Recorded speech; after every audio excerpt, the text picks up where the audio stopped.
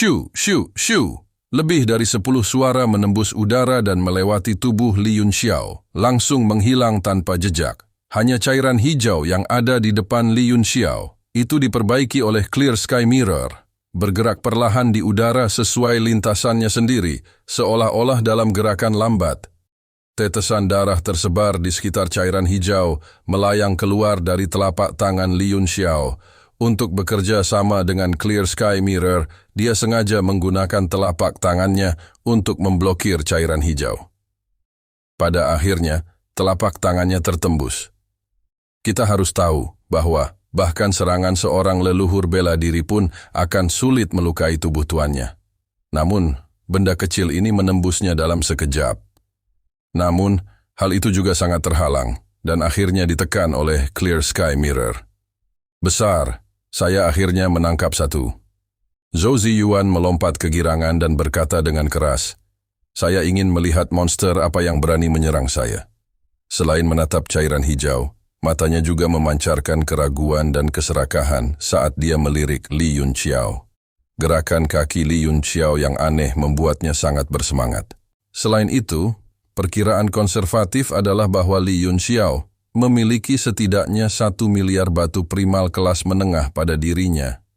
Itu pasti sebuah kekayaan yang bisa menghancurkannya sampai mati. Meskipun Li Yunxiao tampaknya memiliki metode yang tidak ada habisnya, di bawah Clear Sky Mirror miliknya, bahkan seorang kaisar bela diri pun akan terjebak dan tidak dapat bergerak sama sekali.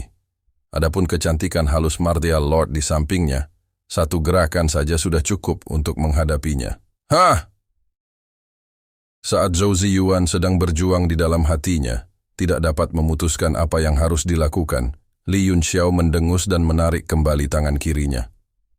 Dia mengambil cairan hijau dan menggunakan ki-nya untuk menjebaknya. Tidak peduli bagaimana ia bergerak, ia tidak dapat melarikan diri. Anda, jantung Zhou Ziyuan berdebar kencang. Dia terkejut dan berkata, "Kamu, di bawah Clear Sky Mirror milikku, bagaimana kamu masih bisa bergerak begitu gesit?" Li Yunxiao memandangnya seolah dia idiot dan berkata, "Cermin langit jernih dikatakan mampu menjebak segala sesuatu. Itu tidak lebih dari menggunakan hukum langit dan bumi untuk mengunci suatu ruang secara paksa. Tiruanmu hanya berada di peringkat ke-7, jadi mustahil bagimu untuk mengunci ruang. Paling-paling, Anda bisa menggunakan kekuatan hukum untuk menjebak pihak lain. Selama Anda memahami kekuatan hukum ini, tentu saja Anda tidak akan dibatasi olehnya." Zhou Ziyuan. Dia merasakan keringat dingin di sekujur tubuhnya. Untungnya, dia tidak bergerak sekarang. Kalau tidak, dia bahkan tidak berani memikirkan konsekuensinya. Mengapa dahimu dipenuhi keringat?" Li Yunxiao mengerutkan kening dan bertanya dengan curiga. "Kamu tidak merencanakan sesuatu yang buruk, bukan? Mengapa saya merasa ekspresi Anda sedikit tidak bersahabat?" Tidak. Bagaimana bisa? Kami berada di pihak yang sama, dan Anda telah menyelamatkan saya. Bagaimana saya bisa membalas kebaikan dengan permusuhan dan mencoba mencuri gerak kaki misterius dan batu primordial Anda?" Zhou Ziyuan menyeka keringat dingin di dahinya dan buru-buru menyangkalnya. Luo Yunxiang terdiam. Li Yunxiao. "Oke, benda-benda itu telah lolos. Anda bisa tersesat sekarang." Mulut Zhou Ziyuan terbuka lebar. Tuan Muda Yun, benda apa ini? Bisakah Anda mengizinkan saya melihatnya?" Li Yunxiao menjawab dengan dingin. "Tentu, 5 juta batu primordial kelas menengah untuk dilihat." "Zhou Ziyuan, lupakan saja, aku akan pergi." Dia menyeka keringat dingin di dahinya dan menghilang di tempat. Dalam sekejap mata, dia berada 100 meter jauhnya. "Yunxiao, orang itu jelas sedang merencanakan sesuatu yang tidak baik." Luo Yunxiang melihat ke arah tempat Zhou Ziyuan melarikan diri dengan cemberut. "Kenapa kamu tidak menjatuhkannya?" Li Yunxiao terkekeh. Dia hanya belalang. Apa yang bisa dia lakukan? Luo Yunxiang tertegun sejenak dan kemudian terdiam. Meskipun budidaya Li Yunxiao tidak setara dengan miliknya, kekuatan tempurnya yang menantang surga bukanlah sesuatu yang bisa dia pahami. Dia segera memikirkan Gu Feiyang dan hatinya menghangat. Dia menoleh untuk melihat cairan hijau yang meronta di tangan Li Yunxiao dan bertanya dengan rasa ingin tahu. Yunxiao, apa ini? Bagaimana kekuatannya bisa begitu besar? Li Yunxiao tersenyum. Ini barang bagus. Namanya adalah iblis hijau kecil dan merupakan jenis binatang iblis yang sangat langka. Sayang sekali saya hanya menangkap satu. Jika saya bisa menangkap lebih banyak lagi, saya akan kaya. Iblis hijau kecil? Itu benar. Li Yunxiao menjelaskan. Benda ini tidak terlalu kuat, namun sangat cepat. Jika ia dapat berevolusi ke peringkat ke-7, ia dapat menembus ruang angkasa.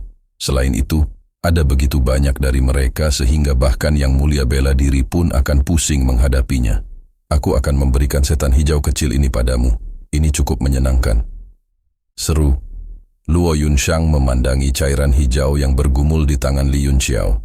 Dia pikir itu cukup lucu, tapi dia tidak berani menyentuhnya. Li Yunxiao berkata, dengan kultivasimu saat ini, kamu masih belum bisa menjinakkannya. Saya akan membantumu mengekstrak sebagian jiwa dan sebagian rohnya. Dengan begitu dia akan patuh dan kamu bisa mengendalikannya. Dia mengangkat tangan kanannya, dan karakter kecebong emas muncul di ujung jarinya. Dia dengan ringan mengetuk cairan hijau itu. Mencicit! Cairan hijau itu benar-benar mengeluarkan bunyi mencicit. Seketika, cahaya kuning keluar dari tubuhnya. Li Yunxiao meraihnya di tangannya dan memasukkannya ke antara alis Luo Yunshang. Dia kemudian menyerahkan iblis hijau kecil itu kepadanya dan berkata, kamu memiliki sebagian jiwa dan sebagian rohnya pada dirimu. Ia tidak akan berani melanggar perintahmu. Luo Yunshang sangat gembira. Setan hijau kecil itu meringkuk di telapak tangannya dan perlahan meleleh. Akhirnya berubah menjadi gelang yang melingkari tangannya. Luo Yunshang merasakan sensasi dingin di kulitnya. Dia sangat puas dan bahagia. Saat ini, Li Yunxiao mengeluarkan peta dari cincinnya. Itu adalah peta yang diberikan Asosiasi Perdagangan Thunderwind untuk menemukan harta karun. Di atasnya digambarkan situasi Gunung Meru. Pada awalnya Li Yunxiao berpikir bahwa peta ini tidak akan menjadi masalah. Namun kini, ia menyadari bahwa peta tersebut hanyalah salah satu sudut Gunung Meru. Hanya surga yang tahu sudut mana itu. Dia memproyeksikan pemandangan di peta ke dalam pikirannya. Kemudian, dia menyimpannya dan berkata, Gunung Meru ini sungguh besarnya. Saya berencana untuk melihat-lihat.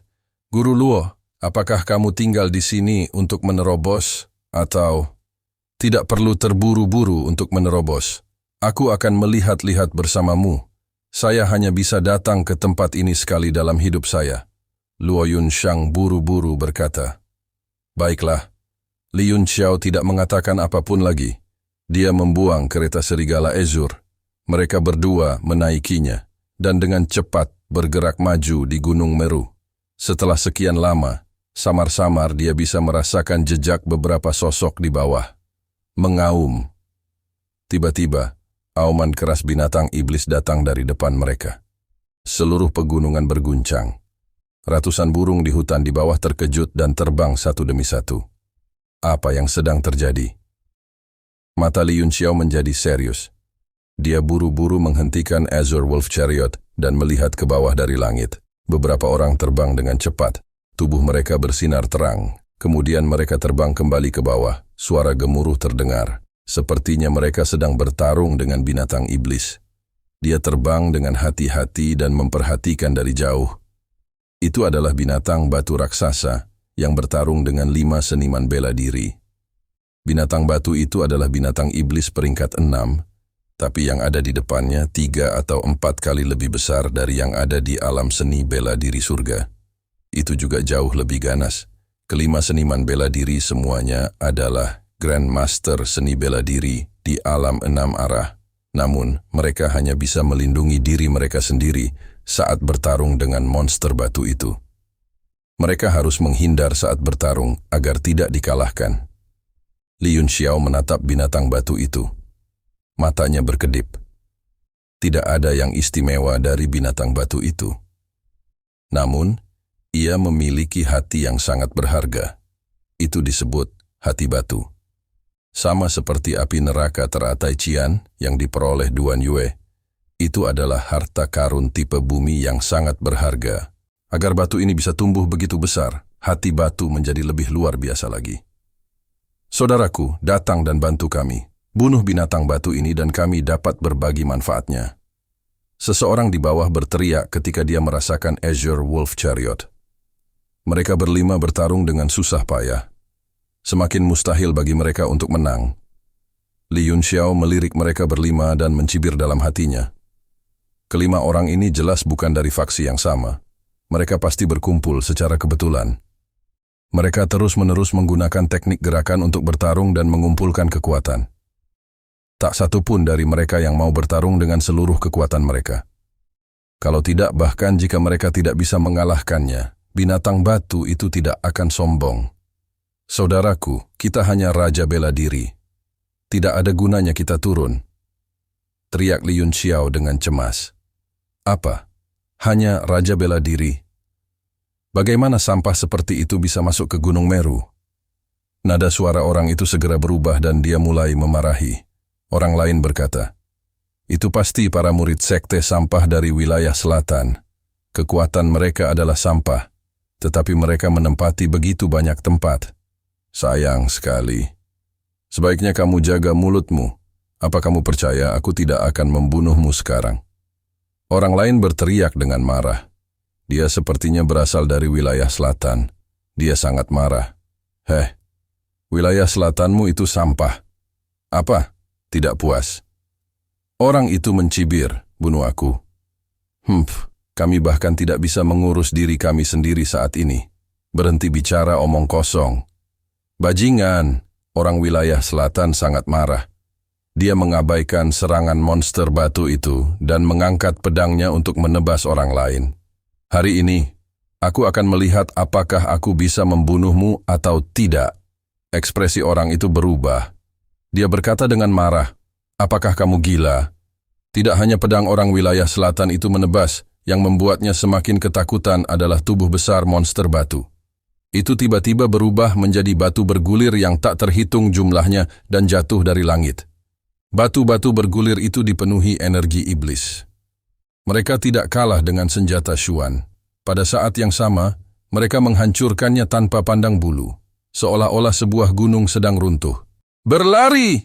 Kelima orang itu terkejut pada saat bersamaan. Orang wilayah selatan juga sangat ketakutan.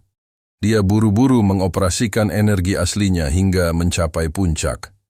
Kecepatan kelima orang itu hampir 2 kali lipat saat mereka berpencar ke segala arah. Gemuruh. Sejumlah besar batu bergulir jatuh ke tanah dan menghilang ke dalamnya. Mereka menjadi bagian dari bumi dan tampak seperti batu-batuan yang menutupi tanah. Yang membuat bulu kuduk orang berdiri adalah bebatuan yang menutupi tanah sebenarnya bergerak lambat, seperti cairan yang mengalir ke arahnya. Terima kasih sudah menonton dan jangan lupa like, share, dan subscribe guys.